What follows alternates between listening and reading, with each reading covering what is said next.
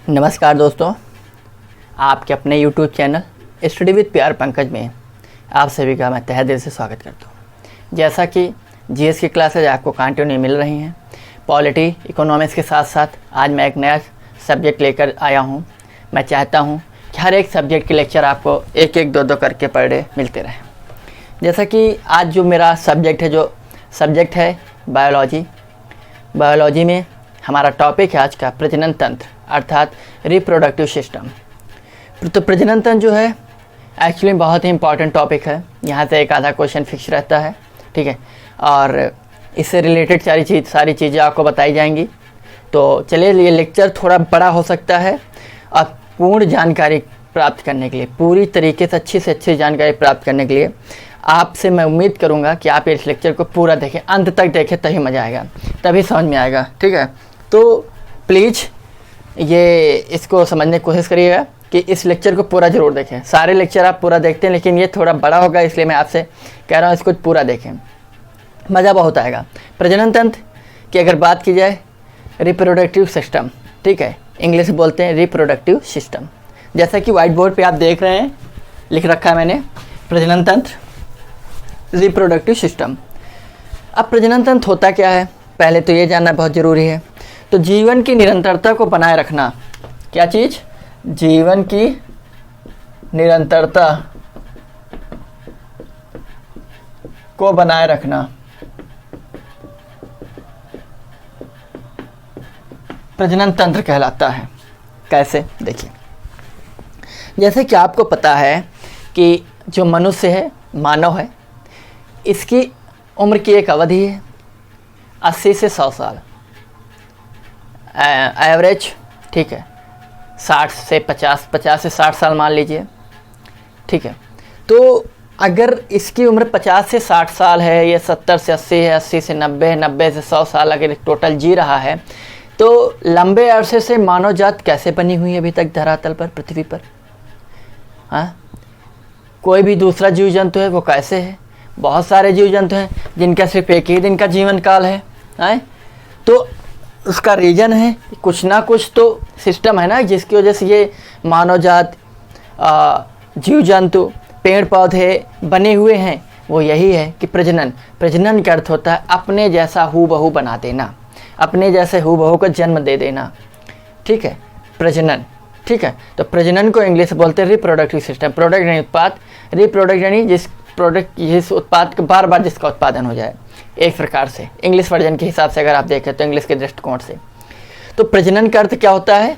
एक ऐसा जीवन की निरंतरता को बनाए रखना, इसको प्रजनन तंत्र कहते हैं। इंग्लिश में बोलते हैं कॉन्टिन्यूटी टू लाइफ, ठीक है। तो जैसे देखिए, एक मक्खी होती है, इसका नाम है मे फ्लाई एक मक्खी, इसका जीवन काल एक दिन का यानी 24 घंटे। सपोज दैट, मान लीजिए कि 6 बजे सुबह उस मक्खी का जन्म होता है। तो सुबह 6 बजे हुआ तो ये मान लो 7 से 8 बजे तक उसने अपनी बाल्यावस्था प्राप्त कर ली। फिर उसके बाद अगर आप देखेंगे तो 10 से 12 बजे तक के अंतराल में उसने अपनी शिक्षा प्राप्त कर ली। फिर उसके बाद 1 से 2 के बीच में उसका विवाह हो गया, ठीक है। फिर 3 से 4 के बीच में उसने अपने हूबहू जैसा एक नए जीव को जन्म दे दिया। उसके बाद उसने क्या किया कि बाकी भी ज़िंदगी जी ली। अंततः वो रात के 1-2 बजे के बाद बुढ़ी भी हो गई और अंततः 6 बजे तक वो मर भी गई। तो अगर एक दिन में उसकी मृत्यु हो रही है तो वो अभी तक धरातल में क्यों है? नहीं होनी चाहिए। इसका मतलब यही है कि वो अपने हूबहू जैसे दूसरे जंतु को जन्म देती चली जा रही है, ठीक है। वहीं पर अगर एक देखा जाए, एक जीव है, पक्षी है, पैरट के जीवन काल 140 वर्ष का होता है, 140 ईयर्स, ठीक है, 140 साल। क्लियर? आगे समझ में? वहीं पर यानी कि आप मान लो एक आधी आपके और आपके पहले की या तो आपके बाद को पीढ़ी देखेगा, 2-3 पीढ़ियाँ वो देखेगा आराम से, वो पैरट यानी तोता। वहीं पर देखा जाए कछुआ को, टॉर्टोइज, कछुआ के जीवन काल जो होता है 200 से 250 साल का होता है, यानी 3-4 पीढ़ियाँ देखेगा अपनी तो हम लोगों की, है ना। दूसरी चीज़ अगर देखा जाए बरगद का पेड़ जो है इसका जीवन काल 300 साल होता है, बैनियन ट्री। ठीक है, कितना? 300 साल। वहीं पर मानव के जीवन काल की अगर मैं बात करूं तो इसका जीवन काल होता है एज एवरेज 80 से 100 साल के बीच मानव। ये बात आके समझ में आ रही है? पल्ले पड़ रही है तो बहुत अच्छी बात है। चलिए, नहीं पढ़े तो वीडियो पॉज करके देखते रहिए। गर्मी पड़ने लगी, अच्छी खासी गर्मी इस वर्ष पड़ेगी अपने यहाँ। ठीक, उसके संकेत आ गए हैं। तो ये है प्रजनन। बाकी प्रजनन की प्रक्रिया के आधार पर प्रजनन को 2 भागों में बांट दिया गया है। प्रजनन की प्रक्रिया के आधार पर प्रजनन को 2 भागों में बांट दिया है। एक लैंगिक प्रजनन, दूसरा लैंगिक प्रजनन। एक अलैंगिक प्रजनन, दूसरा लैंगिक प्रजनन। ठीक है, तो प्रजनन तंत्र को उसके क्रिया के आधार पर 2 भागों में बांट दिया गया है। चलिए देखते हैं कौन से 2 भाग हैं भाई। प्रजनन की प्रक्रिया के आधार पर, प्रजनन की प्रक्रिया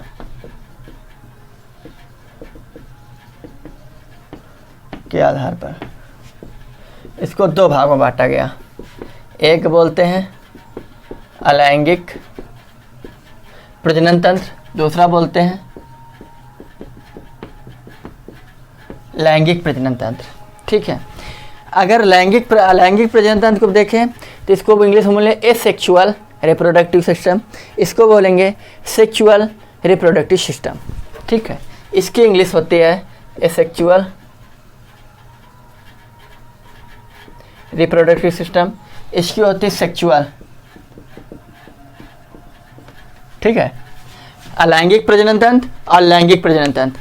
अब आपके दिमाग में सवाल उठ रहा होगा कि लैंगिक प्रजनन तंत्र क्या है, अलैंगिक प्रजनन तंत्र क्या है। तो भैया थोड़ा गम खाइए, मैं आपको बता रहा हूँ।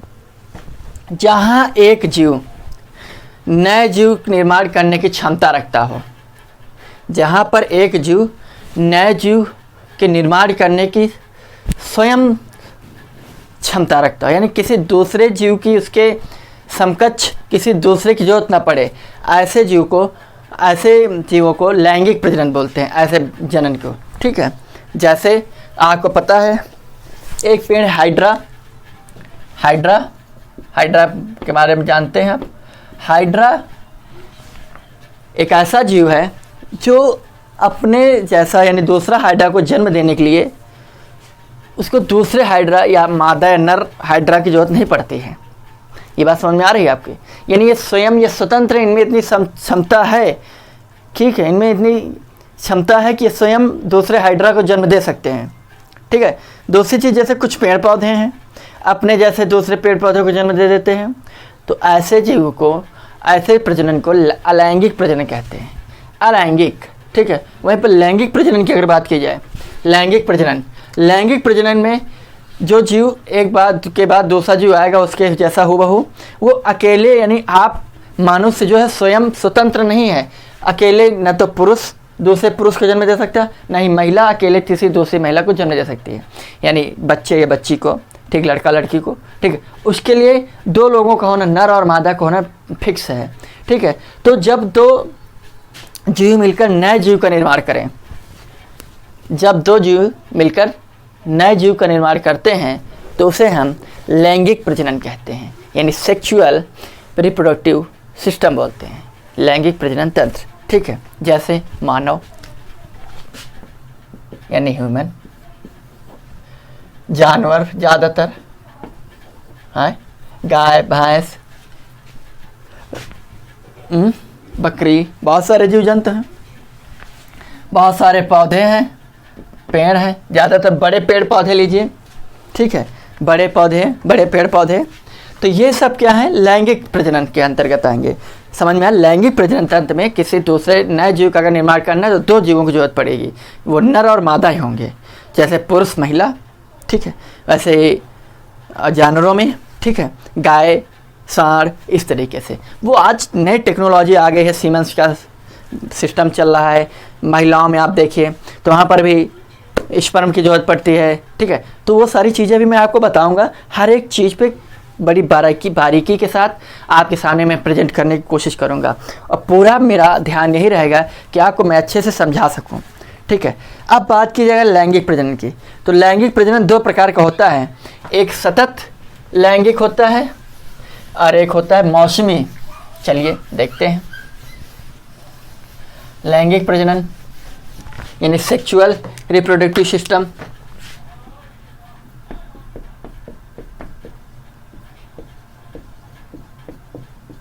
लैंगिक प्रजनन सेक्सुअल रिप्रोडक्टिव एक होता है सतत, एक होता है मौसमी, मौसमी लैंगिक प्रजनन तंत्र, और दूसरा होता है सतत यानी कॉन्टिन्यूअस ये सीजनली, ठीक है, सीजनल यानी मौसमी सीजनल है ये सिस्टम, ये सतत है, ये कंटिन्यू। जैसे ऐसे जीव जिनमें हार्मोन्स की प्रक्रिया कभी बंद नहीं होती है, यानी हार्मोन्स का स्राव में शुरू से लेकर जब यानी एक उम्र के बाद उनमें हार्मोन्स शुरू हो जाता है और एक निश्चित समय तक या जब तक जीवन है तब तक हार्मोन्स का स्राव होता रहता है। तो ऐसे जीवों को हम क्या बोलते हैं, सतत लैंगिक प्रजनन। जैसे मनुष्य का कोई सीजन नहीं है कि ठंडी में ही सिर्फ हार्मोन्स का स्राव होगा, कि गर्मी में ही हार्मोन्स का स्राव होगा, कि बारिश का सीजन आएगा तब हार्मोन्स का स्राव होगा, ठीक है, ऐसा कुछ भी नहीं है। दूसरी चीज़ अगर वहीं पर देखा जाए, मनुष्य, गाय, घोड़ा, बकरी, ये सब जीव जंतु क्या हैं, इनमें सतत हार्मोन्स का स्राव होता है, ठीक है, इनमें हार्मोन्स कभी बंद नहीं होता है। कोई भी महीना हो, कोई भी दिन हो, कोई भी तिथि हो, इनमें हार्मोन्स का स्राव होता रहता है। क्लियर। वहीं पर अगर बात की जाए मौसमी, तो आप खुद ही सोचिए, भगवान ये प्रकृति ने कुछ ना कुछ तो किया होगा। एग्जाम्पल लिख दूँ मैं से, जैसे मनुष्य, बड़े जीव जंतु, गाय, भैंसी, बकरी, ठीक है, हाथी, घोड़ा, इटिशी, इसमें मौसमी में मतलब सीजन होता है इनके हार्मोन्स के स्राव का। इस साल वर्ष भर इनमें हार्मोन्स का स्राव नहीं होता है। जैसे कुत्ता, डॉग है, बिल्ली है, ये ऐसे जीव जंतु, ठीक, चूहा है, खरगोश है, ये ऐसे जीव हैं जिनमें ये सीजनल हैं, यानी कि ये मौसमी इनमें लैंगिक क्रिया होती है, ठीक है, सीजनल है। अर्थात जैसे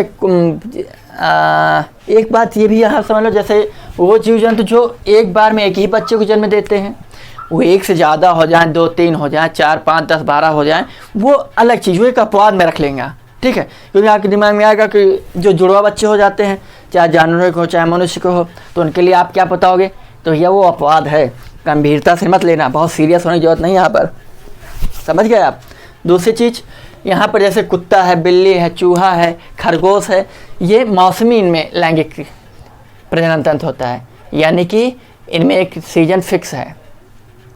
जैसे यहाँ पर है मनुष्य का है कि भैया इनका जनवरी में हार्मोन स्राव होगा, तो जनवरी के बाद 3 महीने अगस्त, सितंबर, अक्टूबर, हाँ अक्टूबर में नए बच्चे का जन्म होगा।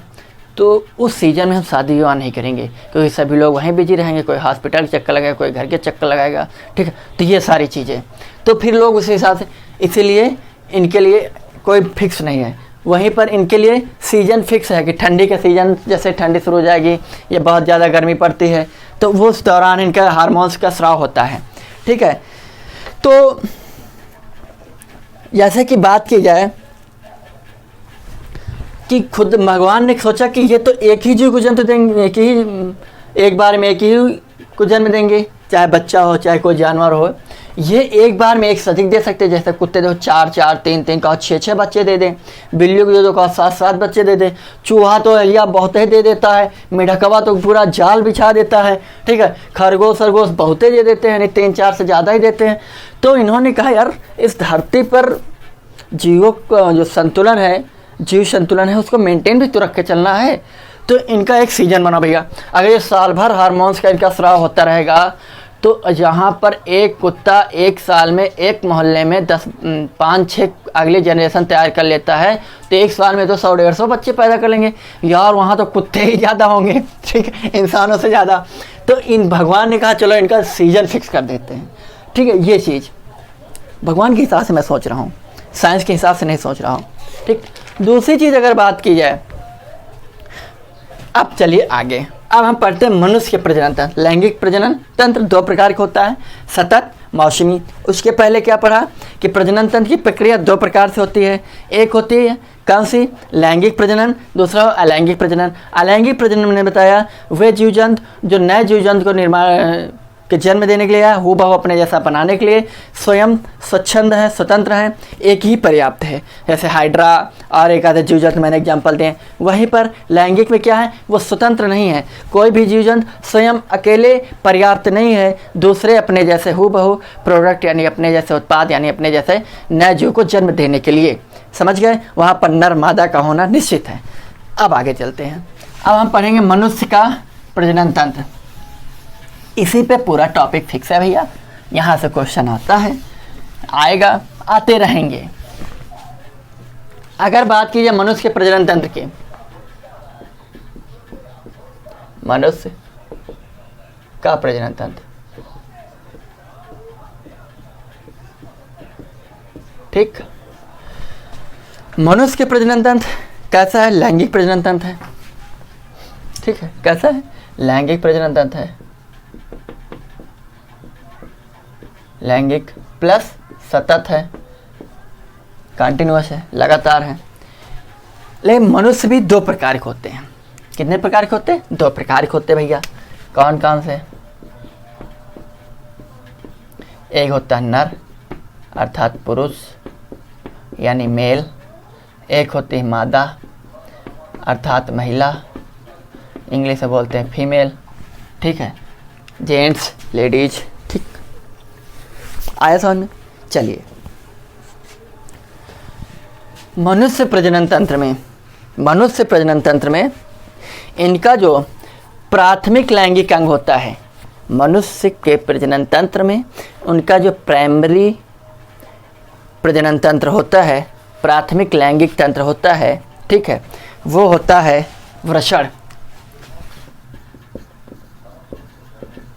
ये क्या है? ये प्राथमिक है भैया, प्राथमिक लैंगिक अंग है, यानी प्राइमरी सेक्सुअल ऑर्गन, ठीक। ये है प्राथमिक। ऐसे डायरेक्ट क्वेश्चन बनेगा, निम्न में से मनुष्य के प्राथमिक लैंगिक अंग बताएं। बता है एक डायरेक्ट क्वेश्चन है, इसमें कोई बैकग्राउंड नहीं बना है, ठीक है, कोई हिस्ट्री नहीं इससे पूछी जाएगी आपकी, समझ गए। लेकिन वृषण जो है ना एक मिश्रित ग्रंथि है भैया। कैसी है? मिश्रित ग्रंथि है, मिश्रित ग्रंथि यानी मिक्स्ड ग्लैंड।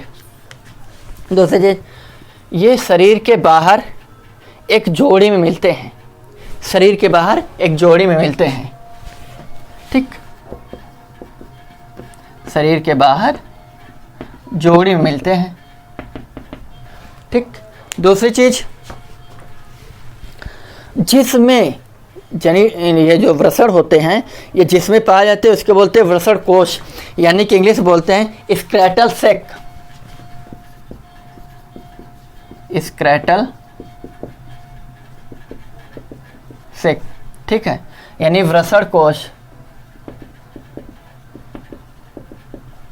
ठीक, स्क्रेटल सेक यानी वृषण कोश बोलते हैं, जिसमें ये वृषण पाए जाते हैं, यानी कि वृषण जिसमें पाए जाते हैं, ठीक, यानी वृषण को इंग्लिश में बोलते हैं टेस्टिस, ठीक।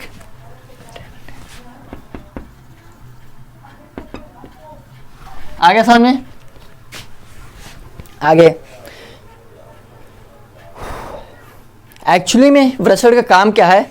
ये दो चीजों का निर्माण करता है। वृषण दो चीजों का निर्माण करता है। कौन कौन से दो? एक तो हार्मोन्स, एक हार्मोन्स का स्राव करता है, दूसरा शुक्राणु यानी स्पर्म। एक हार्मोन्स, एक शुक्राणु, सॉरी, हार्मोन्स, स्पर्म यानी शुक्राणु। अब हम डायरेक्ट वृषण पढ़ते हैं, ठीक है। किसको पढ़ते हैं? वृषण को पढ़ते हैं। टेस्टिस, दो प्रकार का, एक हार्मोन्स का स्राव करता है, दूसरा करता है स्पर्म का, यानी इंग्लिश में बोलते हैं, हिंदी में शुक्राणु, इंग्लिश में स्पर्म, स्पर्म, ठीक। हार्मोन्स की हिंदी हार्मोन्स होती है, ठीक है। हार्मोन्स और स्पर्म यानी शुक्राणु का ये स्राव करते हैं, कौन वृषण। आगे अगर बात की जाए किस प्रकार के हार्मोन्स का इस्तेमाल कर स्राव करते हैं, तो ये टेस्टोस्टेरोन,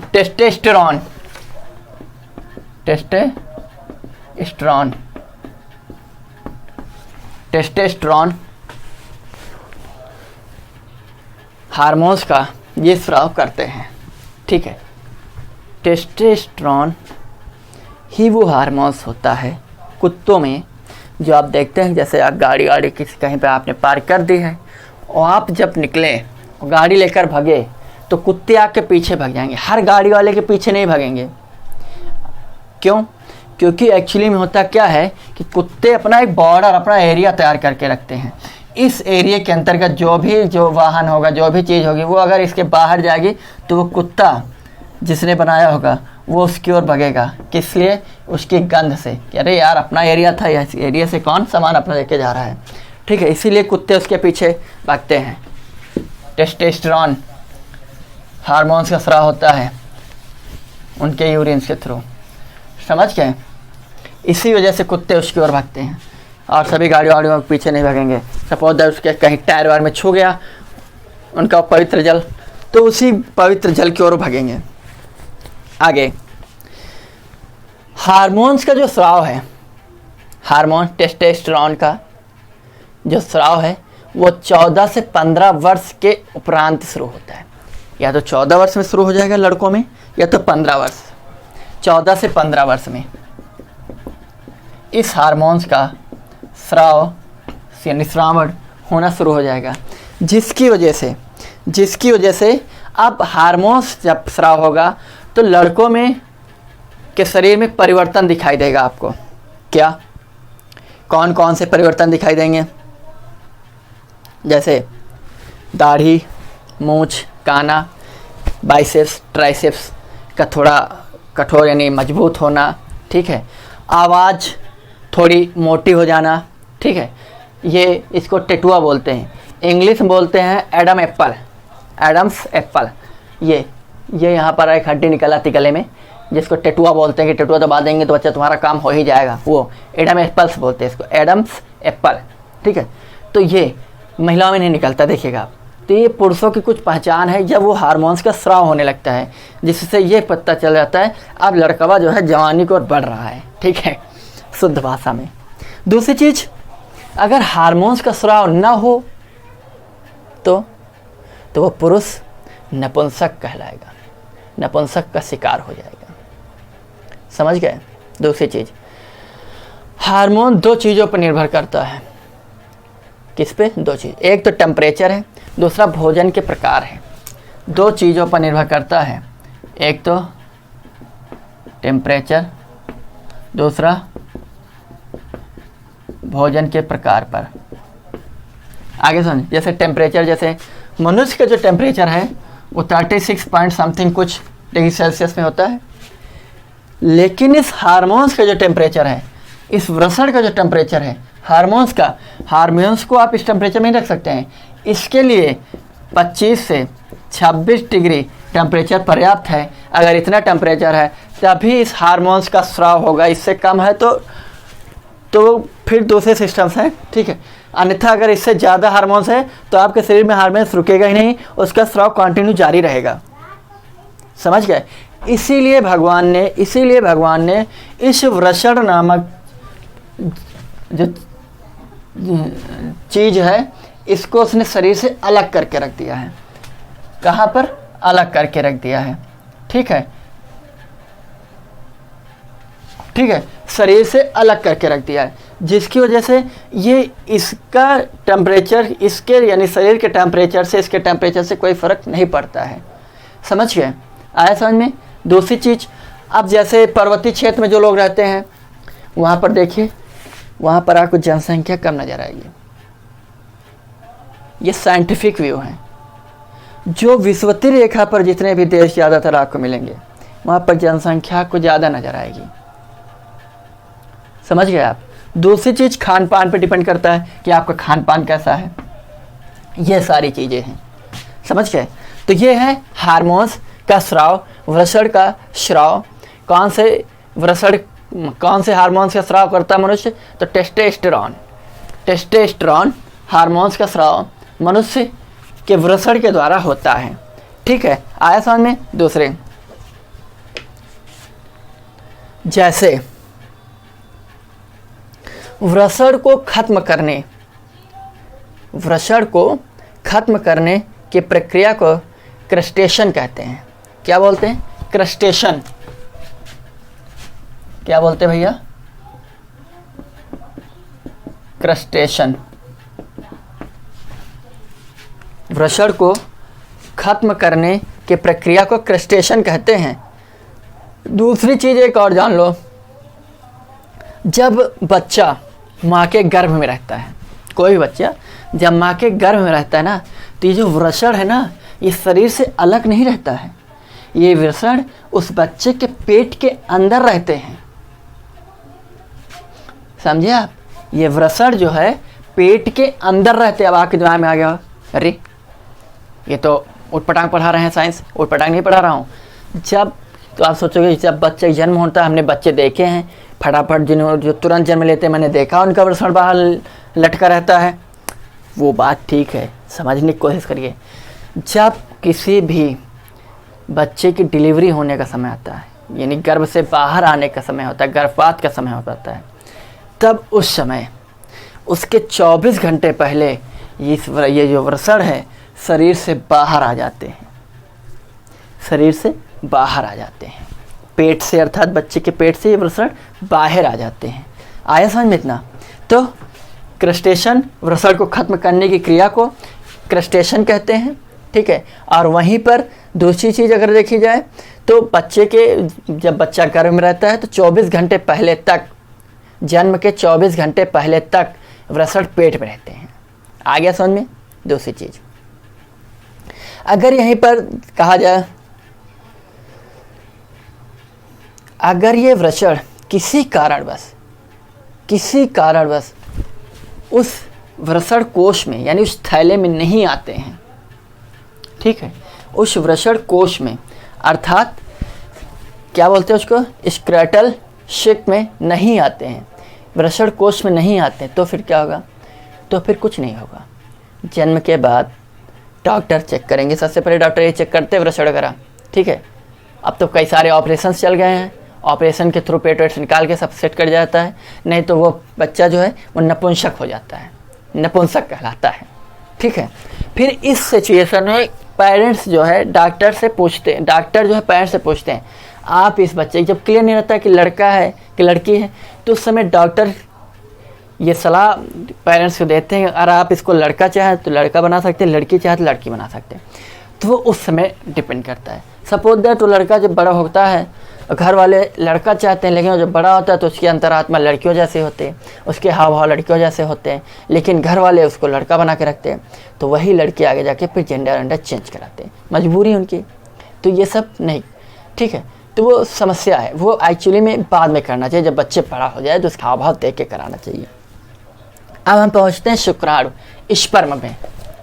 स्पर्म की ओर हम चलते हैं, देखते हैं कि स्पर्म का क्या रोल है। वृषण की तो कहानी आ गई समझ में आपके। अब हम सीख लेते हैं शुक्राणु का। शुक्राणु, अगर बात शुक्राणु की जाए, अर्थात स्पर्म की जाए, ये एक मनुष्य में गुणसूत्र होते हैं। ठीक है। वो 46 गुणसूत्र होते हैं, और गुणसूत्र के अंदर देखिए, जैसे कोई भी स्पर्म है, ठीक है, सपोज दैट जैसे ये कोशिका है, कोशिका के अंदर क्या होते हैं, केंद्रक और डीएनए वगैरह। तो डीएनए में धागे नुमा आकृति होती है, जिसको शुक्राणु बोलते हैं, सॉरी, जिसको गुणसूत्र बोलते हैं, क्रोमोसोम। ठीक है। और वो क्रोमोसोम धागे नुमा होते हैं, यानी गुणसूत्र धागे नुमा होते हैं। और जब सेल डिवाइड होती है, ठीक है, जब सेल डिवाइड होती है तो डिवाइड के बाद भी उसके अंदर, यानी क्या है, एक शुक्राणु यानी शुक्राणु जो है कितने होते हैं, शुक्राणु के थ्रू स्पर्म जो है 46 गुणसूत्र होते हैं। जब नई कोशिका का विभाजन होता है, एक कोशिका से दूसरी कोशिका जब बनती है तो वो जो कोशिका है ये 46 गुणसूत्र यहाँ हैं, फिर 46 गुणसूत्र यहाँ पे भी हो जाते हैं, यानी ठीक ऐसे ही अगली कोशिका में भी ऐसे ही हो जाता है। ठीक है, तो ये स्पर्म यानी कोशिका का जब भी विभाजन होता है एक कोशिका से दूसरी कोशिका में, तो ये जो शुक्राणु होते हैं इनका क्रिएशन बदलता रहता है, 46 होते रहते हैं। लेकिन जब शुक्राणु से विभाजित होते हैं तो उस पर 4 कोशिकाएं होती हैं। ठीक है, तो उन 4 कोशिकाओं में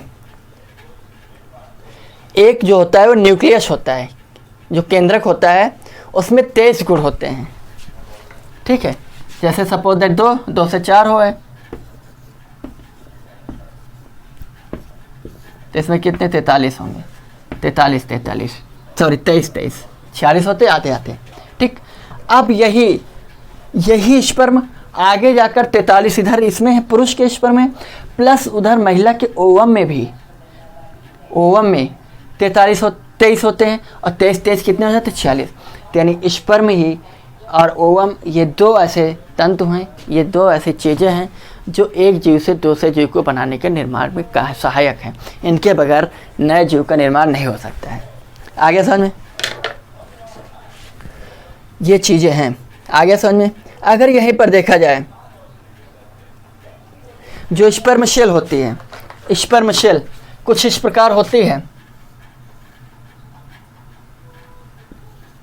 ये इसका केंद्रक होता है, ये स्पर्म सेल होती है, समझ गए।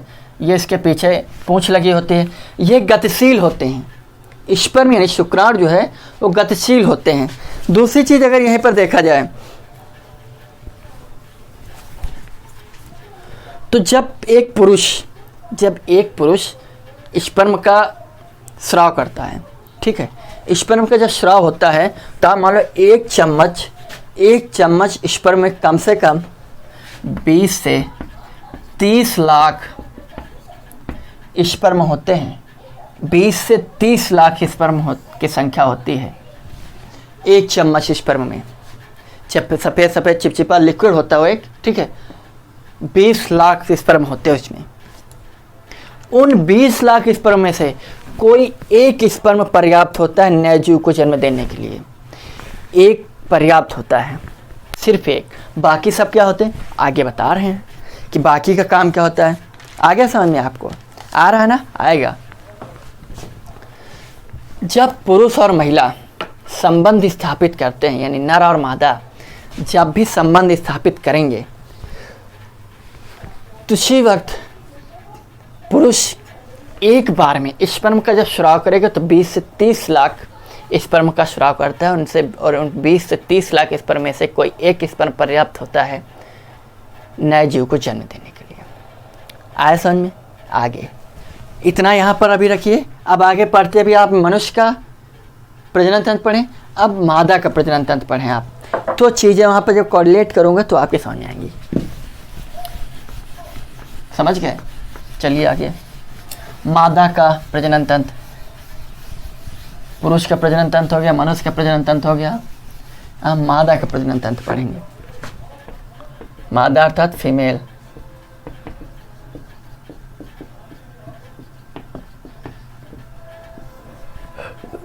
जैसे वृषण में आपने देखा था 2 चीज़ों का स्राव हो रहा था, एक हार्मोन था, दूसरा शुक्राणु था, ठीक। उसी प्रकार यहाँ पर आप देखेंगे तो यहाँ पर एक्चुअली में क्या होता है ना, यहाँ पर एक ओवम यानी एक अंडाणु प्लस 2 हार्मोन्स का स्राव होगा, ठीक है। एक होगा अंडाणु,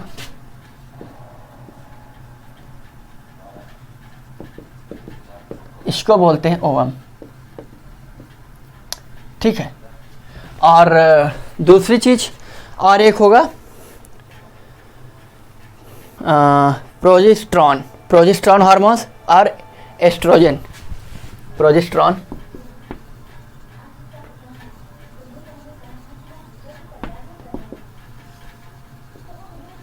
ठीक। एक होता है एस्ट्रॉन हार्मोन्स, ठीक है। एस्ट्रॉन है, एस्ट्रोजन होता है, एस्ट्रोजन, ठीक। एक अंडाणु ओवम, ये मादा प्रजनन में इन 3 चीज़ों का स्राव होता है मादा प्रजनन तंत्र में। अब हम पहले पढ़ते हैं अंडाणु। चलिए देखते हैं अंडाणु का काम क्या होता है। अंडाणु, ठीक है, अंडाणु यानी कि ओवम, जहाँ पर मैंने आपको बताया था स्पर्म 20 से 30 लाख स्पर्म का स्राव होता है, वहीं पर एक महिला में एक बार में केवल एक अंडाणु का निर्माण होता है। एक बार में एक अंडाणु यानी एक ओवम का निर्माण होगा एक बार में, सिर्फ एक। समझ गए। दूसरी चीज़, वहाँ पर मैंने बताया था ना, वो क्या होते हैं, 20 से 30 लाख स्पर्म होते हैं, उनमें से कोई एक स्पर्म पर्याप्त होता है जिससे, और वही 23 उसमें शुक्राणु होते हैं। प्लस इसी ओवम में ये ओवम का आकृति है, अंडाणु, ये इसका केंद्रक है, ठीक। ये इसका सुरक्षा कवच है, ठीक है। इसमें ये है इसका केंद्रक, इसमें 23 शुक्राणु, 23 गुणसूत्र यानी क्रोमोसोम। आया समझ में। इसमें 23 प्लस 23 23 46 हो जाएंगे आगे। अब इधर आओ, थोड़ा इधर आइए। प्रोजेस्टेरॉन और एस्ट्रोजन, पहले प्रोजेस्टेरॉन के बारे में जान लेते हैं, प्रोजेस्टेरॉन हार्मोन्स के बारे में पहले जान लेते हैं, फिर उसके बाद इन दोनों के बारे में जानेंगे। जहाँ पर मैंने आपको बताया था पुरुषों में, जहाँ पर मैंने आपको बताया था पुरुषों में कि वृषण प्राथमिक लैंगिक अंग होता है, वहीं पर महिलाओं में अंडाणु प्राथमिक लैंगिक अंग होता है, ठीक है। अंडाणु, ठीक है, सॉरी अंडाशय, वहाँ पर वृषण, यहाँ अंडाशय। लिख लीजिए पॉइंट यहाँ पर। अंडाशय जो है वो मादा का प्राथमिक लैंगिक अंग होता है, ठीक। अंडाशय यानी ओवरी इसको बोलते हैं। क्या बोलते हैं? Ovary. Ovary is the primary sexual organ for, specially for women, ठीक। आगे समझ में। अब अंडाणु बता दें मैंने। अब प्रोजेस्टेरॉन हार्मोन्स पढ़िए। प्रोजेस्टेरॉन हार्मोन्स के बारे में अगर बात करूं तो लड़कियों में द्वितीयक लैंगिक अंग होता है, सेकेंडरी लैंगिक अंग होता है। पुरुष में स्पर्म सेकेंडरी लैंगिक अंग है, पुरुष में स्पर्म सेकेंडरी सेक्सुअल ऑर्गन है, और महिलाओं में प्रोजेस्टेरॉन सेकेंडरी सेक्सुअल ऑर्गन है, secondary sexual organ specially for women, ठीक है। यह लड़कियों में द्वितीयक लैंगिक लक्षण होता है जब इसका निर्माण होता है, तो स्पेशली जब इसका निर्माण होता है तो 11 से 13 वर्ष की उम्र में इसका स्राव शुरू हो जाता है। 13 से 14 वर्ष के दौरान इस हार्मोन्स का स्राव लड़कियों में शुरू हो जाता है, ठीक है। प्लस जिसकी वजह से लड़कियों में शारीरिक परिवर्तन दिखाई देने लगता है। 11 से कहते हैं 11 से 12 तक की उम्र तक लड़का और लड़की एक समान उनकी हाइट बढ़ती है, ठीक है, एक समान उनके हाव भाव रहते हैं। लेकिन 11 से 12 से 13 वर्ष के अंतराल में लड़कियां और लड़कों में शारीरिक परिवर्तन शुरू हो जाते हैं। लड़कों में मूंछ का आना, बाइसेप्स ट्राइसेप्स का मजबूत होना, ठीक है, प्लस टेटुआ यानी एडम्स एप्पल का उभर के बाहर निकल के आना, आवाज़ में भारीपन होना, ये सारे टेस्टोस्टेरोन पुरुषों में हार्मोन्स का स्राव होगा तो परिवर्तन नजर आएंगे। महिलाओं में स्पेशली जब प्रोजेस्टेरॉन हार्मोन्स का स्राव होगा तो उस दौरान कुछ शारीरिक परिवर्तन होंगे, जैसे आवाज़ का पतला होना, ठीक है, दूसरी चीज़ आवाज़ का पतला होना, ठीक है, और जैसे कि उनके हाव भाव में परिवर्तन आना। और एक चीज़ है, कहते हैं कि अगर लड़कियों में 11 से 12 से 13 वर्ष के बाद उनको चेहरा वगैरह देखने का ज़्यादा शौक़ बढ़ता है, सजने संवरने का शौक़ बढ़ जाता है, बढ़ता नहीं है। ये जो है प्रोजेस्टेरॉन, ये प्रेरित करता है, ये उकसाता रहता है, चलो ब्यूटी पार्लर चलते हैं, चलो शॉपिंग करने चलते हैं, चलो ये करते हैं, वो करते हैं। ये इसकी कमी है सारी, इसको हटा दो अभी, सारा पैसा बच जाएगा। फ्री में जा रहा पैसा इसकी वजह से, लेकिन पैसे की बात नहीं है, बात ज़िंदगी की है, ठीक है। तो ये सारी चीज़ें हैं। चेहरा वेहरा लड़कियाँ ज़्यादा देखती है कहते हैं, वैसे ऐसा है लड़के बहुत देखते हैं। तो जो नई जनरेशन है जो आने वाली है, जो आप में से लोग लेक्चर देख रहे हैं, वो ऐसे अगर आज जब पेरेंट्स बने तो आप इन सब चीज़ों पे फोकस ना करें। ये होता है, लड़कियों के साथ होता है, लड़कों के साथ होता है, ठीक है। चलिए आगे। लेकिन जब प्रोजेस्टेरॉन और एस्ट्रोजन दोनों मिलते हैं, प्रोजेस्टेरॉन और एस्ट्रोजन हार्मोन्स जब दोनों मिलते हैं, तो इन दोनों के मिलने से लड़कियों में एमसी चक्र शुरू हो जाता है। एमसी चक्र, अब एमसी चक्र क्या होता है? इसी को बोलते हैं पीरियड्स, ठीक है। 13 से 14 वर्ष की उम्र शुरू हो जाते हैं। एमसी का फुल फॉर्म होता है मोनेस्ट्रल सर्कल,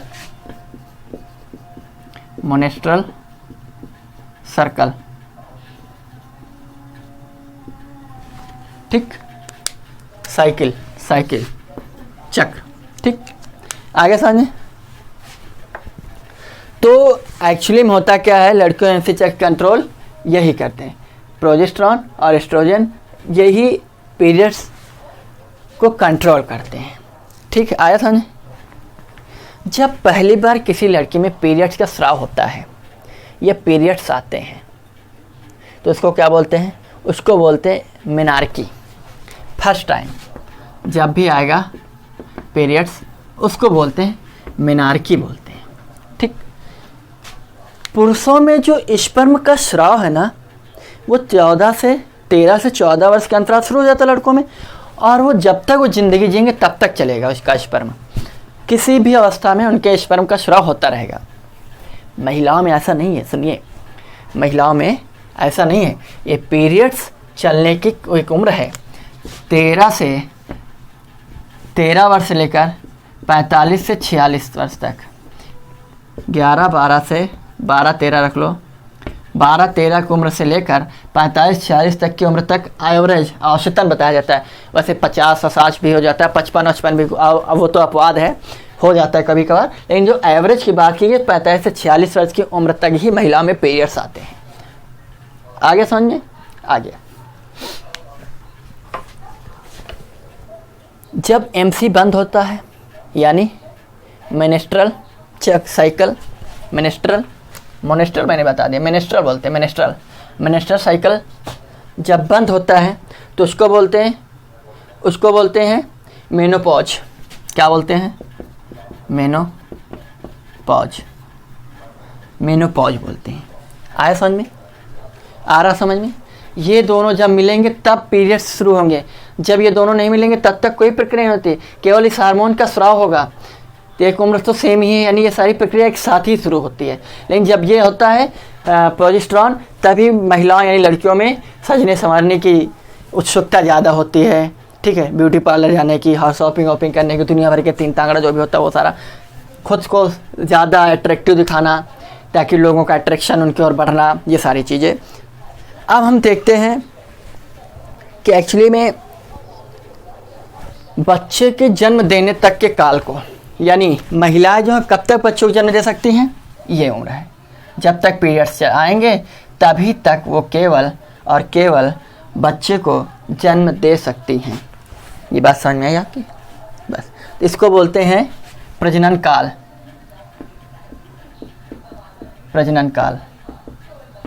ठीक। क्या बोलते हैं? प्रजनन काल बोलते हैं। आगे चलते हैं, इसको रफ कर दो नहीं तो फिर स्पेस कम पड़ जाता है। आगे चलते हैं। अब हम आपको बनाते हैं, अब आपको मैंने बता दिया, वहाँ वृषण बता दिया, हार्मोन से स्पर्म। यहाँ पर मैंने आपको मादा का प्रजनन तंत्र बता दिया, फीमेल रिप्रोडक्टिव सिस्टम मैंने बता दिया। अब दोनों को कनेक्ट कैसे करेंगे? मादा का प्रजनन तंत्र के स्पेशली में अब एक फिगर हम बनाएंगे, ठीक है। उस फिगर के माध्यम से सब कुछ समझाना है मुझे। चलिए देखते हैं।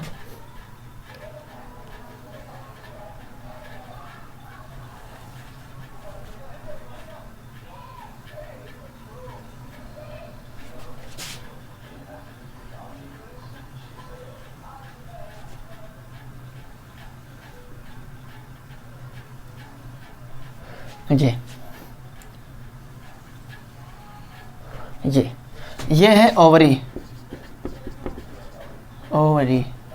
ठीक, यानी क्या है, अंडाशय है। 2 ओवरी होती हैं। डायरेक्ट क्वेश्चन बन जाता है, फीमेल में कितनी ओवरीज होती हैं? ओवरी यानी अंडाशय, ठीक। इसको ये दाहिनी तरफ इसको राइट हैंड ओवरी बोल देते हैं, इसको राइट ओवरी, इसको लेफ्ट ओवरी, यानी बाएं अंडाशय और दाएं अंडाशय, ठीक है। इन्हीं अंडाशयों में ओवम का निर्माण होता है। यहाँ पर ओवम, आगे समझ में, यहाँ पर,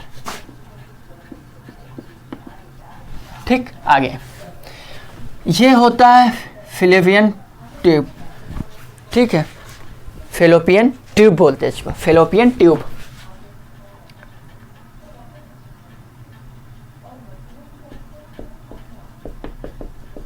फिलोपियन ट्यूब इसको बोल देते हैं। यही भी यही है, फिलोपियन ट्यूब, ठीक। आगे ये है एक्चुअली में यूट्रस, यानी गर्भाशय।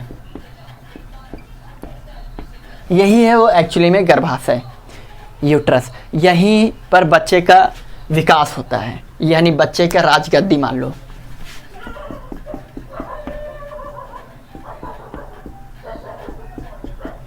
ठीक, आया समझ में? ये है वजाइना,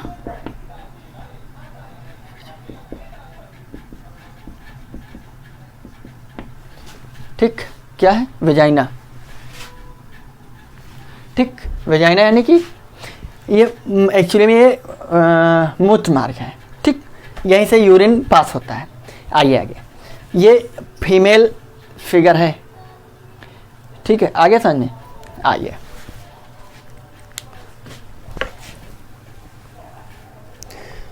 मादा शरीर का सबसे इम्पॉर्टेंट जो पार्ट है, सबसे इम्पॉर्टेंट अंग, वो यूट्रस है, ठीक। क्या है? यूट्रस है। अब आइए देखते हैं।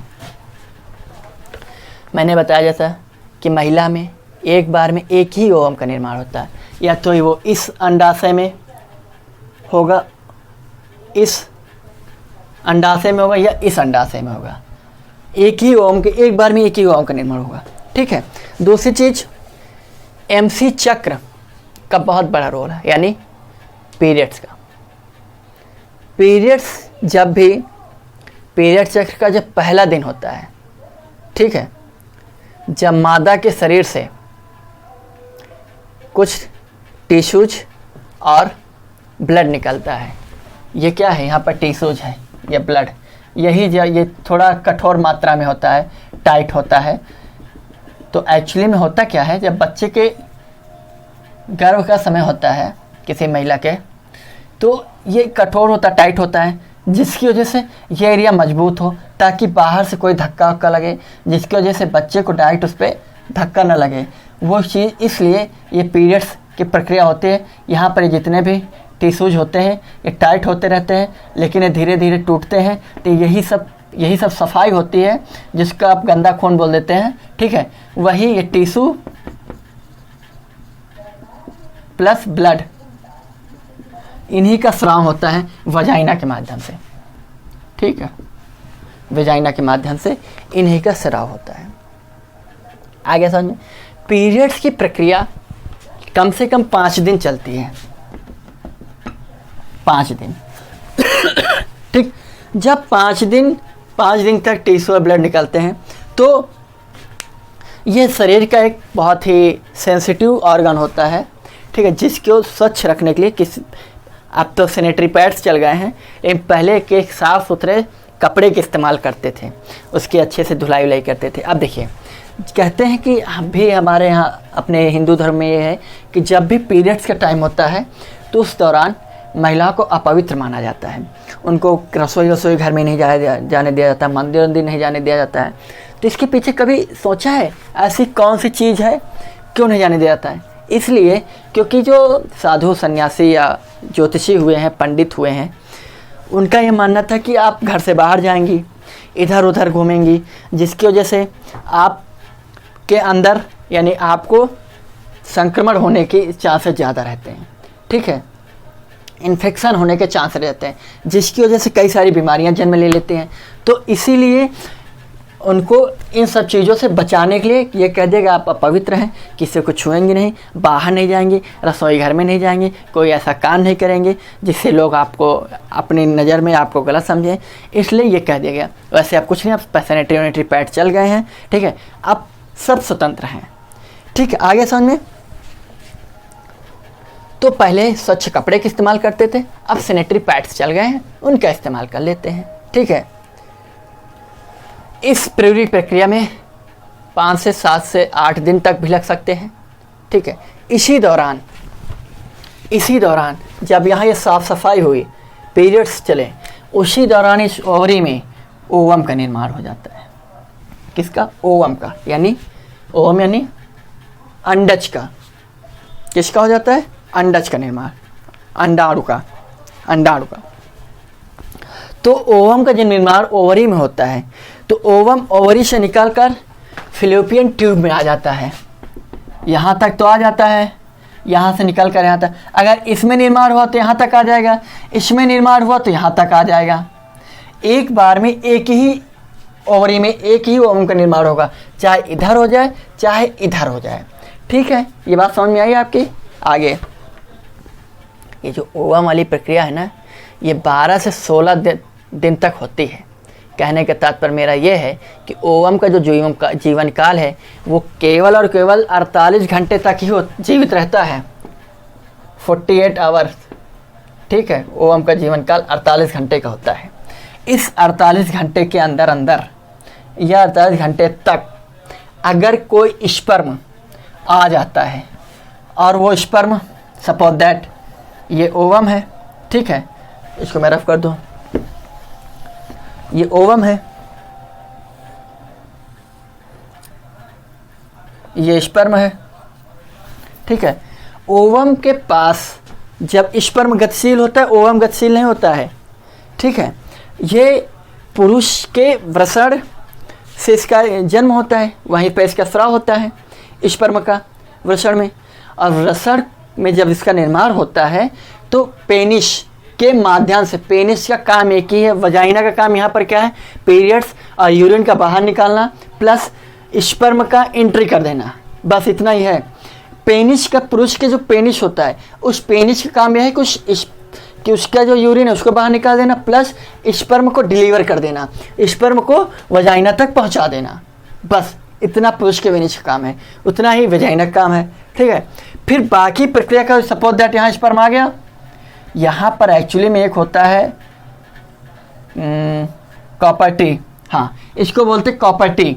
एक्चुअली में होता क्या है, कॉपर टी जो है कॉपर का बना होता है, इसकी आकृति टी नुमा है ना, इसलिए इसको कॉपर टी बोल देते हैं।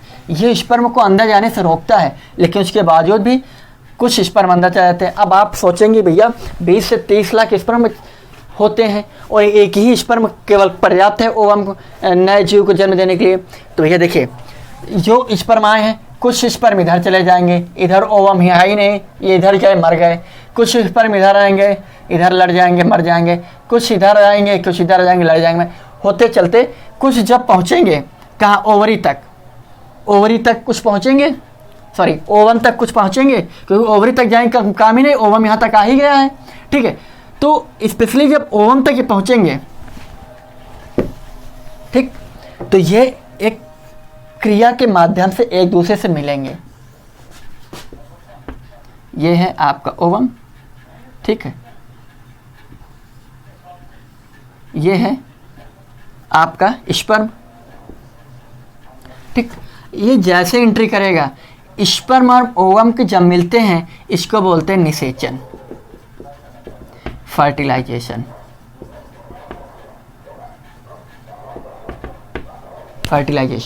निषेचन। आगे इतनी बात समझ में। अब आपके दिमाग में एक चीज़ होगी कि ये ओवम किस दिन, सपोज दैट मान लो जैसे कि 1 तारीख को किसी महिला में पीरियड शुरू हुए, तो 1 से 5 तारीख तक पीरियड चलेंगे, 7 से 8 तारीख तक उनका ओवम बनना तैयार हो जाएगा, बन के तैयार हो गया, और 12 से 16 के बीच तक ओवम धीरे धीरे यहाँ तक आ जाएगा। एग्जैक्ट डेट की अगर बात करें तो 12 से 16 के बीच में 13-14 पड़ेगा, 15 पड़ेगा, 14, स्पेशली 14 तारीख, 1 तारीख से पीरियड शुरू है तो 14 तारीख को वो ओवम यहाँ फिलोपियन ट्यूब पर आ जाएगा, फिलोपियन ट्यूब पर आ जाएगा। ये बात हुई। फिलोपियन को निषेचन क्रिया होती कहाँ है? फिलोपियन ट्यूब में। बहुत क्वेश्चन बनता है कि फिलोपियन निषेचन क्रिया फर्टिलाइजेशन कहाँ होता है? तो फिलोपियन ट्यूब में। अब आगे, जब ये सारी प्रक्रिया होती है, ठीक है, स्पर्म कब स्रावित होता है ये मैंने आपको बता दिया, ठीक। उसके बाद ये ओवम में एंट्री करता है। ओवम में जब ये एंट्री करता है तो आप देखिए 23 इनके पास क्रोमोसोम थे, 23 इनके पास थे, 23 और 23 मिलके 46 बना देंगे एक नए। इस प्रक्रिया को क्या बोलेंगे? इसको बोलेंगे युग्मनज, दो जनन का युग्म यानी मिलन हो जाना, यानी जाइगोट बोलते हैं इंग्लिश में इसको, जाइगोट, ठीक। जाइगोट यानी युग्मनज। आगे समझ। अब ये एक 46 यानी एक पूरा क्रोमोसोम तैयार हो गया, पूरे 46 क्रोमोसोम हो गए, गुणसूत्र हो गए, यानी एक कोशिका तैयार हो गई। अब एक कोशिका से अब ये सारी प्रक्रिया होने के बाद ये कहाँ जाएंगे? यूट्रस में आ जाएंगे, गर्भाशय में आ जाएंगे। कहाँ जाएंगे? गर्भाशय में आ जाएंगे धीरे धीरे। क्यों? क्योंकि इसमें गतिशील की क्रिया है, मोशन करने की शक्ति इसमें है, इसलिए ये यहाँ से इसको लेकर यहाँ तक आ जाएगी यूट्रस। और यहाँ क्या है? ये पूरा एरिया क्या है? ये पूरा एरिया क्या है? सॉफ्ट हो चुका है, जिसको इसे आसानी से प्रवेश कर देंगे। और इसके अंदर, इस ओवम के अंदर एक ही स्पर्म प्रवेश करके आए, जैसे एक स्पर्म प्रवेश कर गया वैसे इसके जो बाहरी आवरण है इतना मजबूत हो जाता है, दूसरे स्पर्म प्रवेश ही नहीं कर पाते हैं, एक ही स्पर्म, ठीक।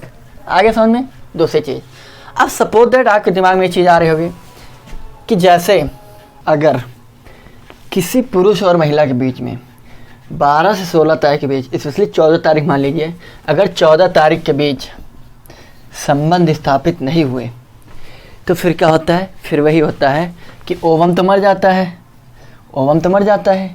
ओवम मरने के बाद जब ओवम मर जाता है तो फिर से वही प्रक्रिया होती हैं। फिर से ऐसे मान लो ये 14 तारीख है तो धीरे धीरे ये क्या होगा? ये जो टिश्यूज हैं ये टाइट हो जाएंगे, कठोर हो जाएंगे, जिसकी वजह से ये यूट्रस के आसपास के एरिया मजबूत हो जाएगा। फिर धीरे धीरे ये टूटेगा, फूटेगा और फिर खून उनके माध्यम से फिर ये बाहर आ जाएगा, ठीक है। ये पूरी प्रक्रिया 27 से 28 तक होगी। फिर से पुनः फिर से 1 तारीख को ये MC अर्थात पीरियड्स वाला चक्र फिर से शुरू हो जाएगा। क्लियर? ये बात समझ में आई आपकी? आगे, अगर किसी कारण उनके बीच संबंध नहीं बना तब वो महिला दोबारा गर्भ धारण तभी कर पाएगी जब फिर से पीरियड्स होंगे और फिर से ओवम का निर्माण होगा, और उस दौरान पुरुष और महिला के बीच अगर संबंध स्थापित हो गया तो महिला गर्भ धारण कर लेगी, अर्थात वह माँ बनने की योग्य हो सकती है, ठीक। ये बात हिंदी समझ में आई? आगे, अगर आप देखें कि निषेचन की क्रिया हुई, फिर युग्मनज हुआ, एक कोशिका हुई, एक कोशिका के आगे आप चलेंगे 2 कोशिका, 2 के बाद आगे जाएंगे 4 कोशिका, ठीक, 4 के आगे जाएंगे फिर 8 कोशिका। ऐसे ही ये कब तक जाएंगे? जब ये पहुँचेंगी मेरुला तक। मेरुला एक कंडीशन होती है, मेरुला तक जो कोशिकाएं होती हैं वो किसी भी जीव को जन्म देने के लिए पर्याप्त होती हैं। अर्थात कोई भी जीव है अगर उसका गर्भ में, अर्थात वो स्पर्म और ये ओवम एक दूसरे से कनेक्ट हो चुके हैं, ठीक है, संबंध स्थापित कर चुके हैं, तो ये पूरी प्रक्रिया मेरुला तक सेम रहती है, चाहे जानवरों में हो, पुरुषों में हो, किसी में हो, मेरुला तक सेम होती है।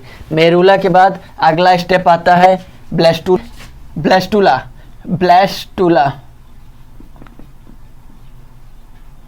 ठीक, ये ब्लास्टूला कुछ इस आकृति का होता है, इसको बोलते हैं कैविटी, ठीक। ये कैविटी के माध्यम से ही इस कोशिका को भोजन मिलता रहता है। बस यही कैविटी आगे चल के जब बच्चे के रूप में विकसित हो जाती है तो यही आहार नाल का रूप ले लेती है। कैविटी ही आहार नाल का रूप निभाती है, रोल निभाती है। ये बात समझ में आई आपकी? आगे ब्लास्टूला के बाद अगली स्टेज होती है गैस्टूला। कौन सी होती है? गैस्टूला। और गैस्टूला तक ये पूरी प्रक्रिया, यहाँ ओवम तक ये फैलोपियन ट्यूब है, फिर ओवम से फैलोपियन ओवम यहाँ तक आ जाता है, ठीक है। यहाँ तक इधर से स्पर्म पहुँच जाता है ये, ठीक। और यहाँ प्रक्रिया होती, यहाँ से यहाँ तक यूट्रस तक आने में, इसको यहाँ से यहाँ तक आने में यूट्रस को कम से कम 8 से 9 दिन लग जाते हैं। उसके बाद पूरे 9 महीने तक ये गैस्टूला 9 महीने तक इसी गर्भ में रहता है और यहाँ पर बच्चे का पूर्ण विकास होता है। बच्चे का 9 महीने तक, गैस्टूला के बाद बच्चे का निर्माण शुरू होता है। एक बात आप जान लीजिए। ये बात आपकी समझ में आई?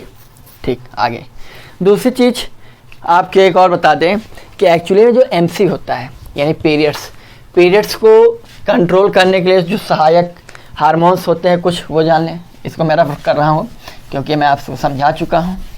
एमसी को कंट्रोल करने के लिए एक होता है LH, एक होता है FSH।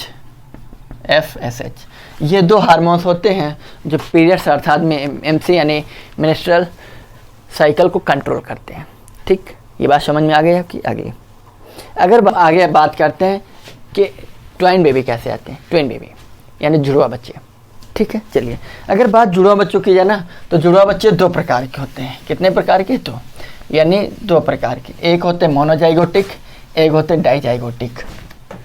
मोनोजाइगोटिक जुड़वा इन इंग्लिश से बोलते हैं ट्विन बेबी, ठीक, ट्विंस बेबी। एक होता है मोनोजाइगोटिक, एक होता है डिजाइगोटिक, ठीक। मोनोजाइगोटिक वे होते हैं जो इनको युग्मनज बोलते हैं, युग्मनज जुड़वा। क्या बोलते हैं? युग्मनज जुड़वा।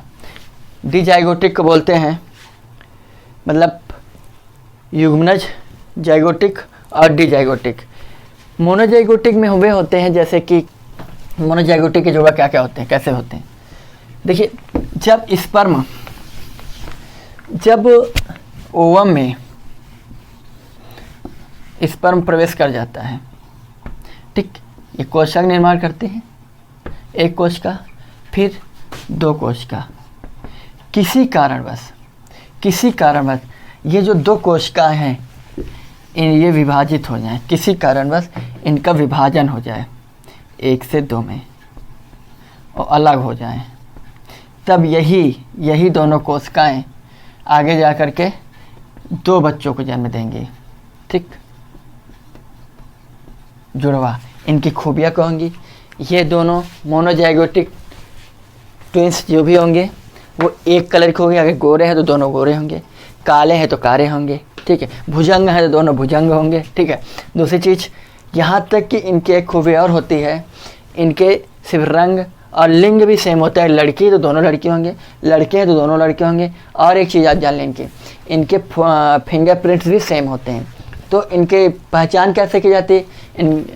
तो इनकी पहचान ये है, इनकी एंटीबॉडी टेस्ट किया जाता है। एंटीबॉडी टेस्ट से पता चलता है कि राम है और ये श्याम है, ये मोहन है, ये चौहान है, ये टोहन है, ये डोहन है, ठीक है। इस तरीके से पता चल जाता है, ठीक। अब वहीं पर मोनोजाइगोटिक में जैसे यहाँ पर दोनों कोशिका अलग हो गए थे, किसी कारणवश ये कोशिका 2 भागों में विभक्त हुई, लेकिन ये 2 भागों में विभक्त होते होते पूर्ण रूप से विभक्त ना हो पाए,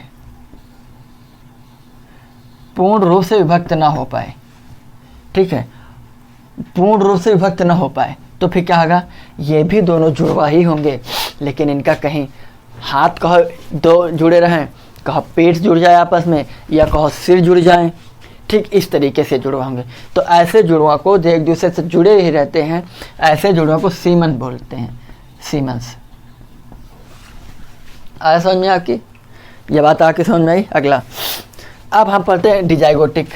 डिजाइगोटिक में क्या होता है, कभी कभी अपवाद स्वरूप, मानिए आप अपवाद स्वरूप किसी कारणवश, हमने बताया कि ओवरी में सिर्फ एक ही ओवम का निर्माण होता है, लेकिन अपवाद स्वरूप मान लीजिए 2 ओवम का निर्माण हो गया और दोनों ही ओवम में एक एक स्पर्म प्रवेश कर गया, तो क्या होगा भैया, यहाँ पर एक नई कोशिका बन जाएगी, यहाँ पर एक नई कोशिका बन जाएगी और दोनों से ही बच्चों का जन्म हो जाएगा। ठीक, दोनों से बच्चों का जन्म हो जाए, लेकिन वहाँ पर क्या था, सेम लिंक था, सेम कलर था, सेम फिंगरप्रिंट से, लेकिन यहाँ सब कुछ अलग होगा। कहा ये काला हो जाए, ये भुजंग हो जाए, ठीक, ये सांवला हो जाए, ये भद्दर भुजंग हो जाए, ये गोरा हो जाए, भद्दर ही गोरा हो जाए, इतना गोरा जगह दिन में दिखाई ही ना दे, ये ठीक, ये लड़का हो जाए, लड़की हो जाए, ये मोना हो जाए, ये सोहन हो जाए, ये हो जाता है। फिंगरप्रिंट्स अलग रहते हैं, ठीक, ये होते हैं डिजाइगोटिक।